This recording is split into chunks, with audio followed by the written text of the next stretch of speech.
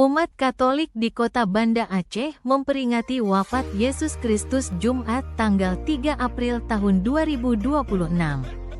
Peringatan tersebut berlangsung sederhana tapi penuh hikmah. Hari ini Jumat semua gereja dipadati jemaat yang datang untuk beribadah dalam rangka peringatan kematian Tuhan Yesus Kristus pada 2000 silam di atas Bukit Golgota, Kalvari. Salah satunya seperti Gereja Katolik Hati Kudus di Kota Banda Aceh melaksanakan ibadah dalam 2 kali pertemuan. Pertama pukul 9 dan kedua pukul 15 waktu Indonesia Barat. Adapun tema khotbah yang disampaikan pastor mengikuti tema Sinode Keuskupan Agung Medan mendengarkan, meneguhkan dan mewartakan.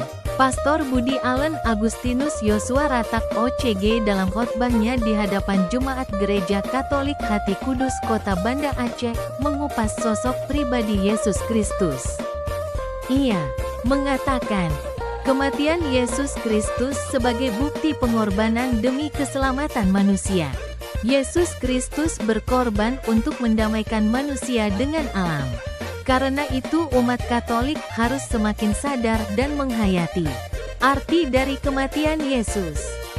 Jam 9 dalam bentuk jalan salib, supaya umat dihantar bagaimana ikut menderita dan menyadari bahwa Yesus itu wafat, mati karena kesalahan dan dosa-dosa kita sebagai manusia. Yang kedua nanti ibadat penghormatan salib. Kalau pagi ini mengenang jalan salib, nanti jam 3 sore ibadat penghormatan salib. Itu lebih istimewa karena umat dihantar untuk bukan bersedih atas kematian Yesus, tapi bersyukur ada sosok pribadi yang mau berkorban. Maksudnya untuk mendamaikan manusia dengan Allah yang bersalah.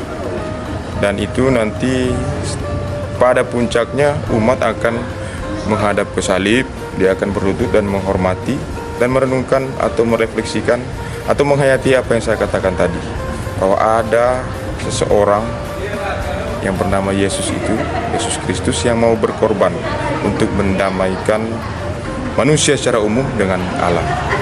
Ya, kalau berangkat dari tema umum yang diambil bahwa bersama mendengarkan, meneguhkan dan mewartakan, pesan penting bahwa agar umat tidak menjalankan pekan suci itu secara dimaknai sebagai rutinitas saja, tetapi arah utamanya agar umat semakin dekat kepada Allah, ada pembaharuan diri terus-menerus dan buah-buahnya dalam kehidupan, apakah di tengah keluarga, di tengah masyarakat, dan orang akan mengenal, oh ini benar dia karena beriman sebagai orang Katolik yang baik. Langsung dikenal dengan sikapnya, cara berbicaranya, dan cara dia bersosialisasi di tengah masyarakat. Prosesi ibadah Gereja Katolik Hati Kudus ini tidak diikuti dengan perayaan Ekaristik, tapi hanya mengenang kesengsaraan Yesus dan penghormatan salib. Dari Banda Aceh, Fajar Aceh Online melaporkan.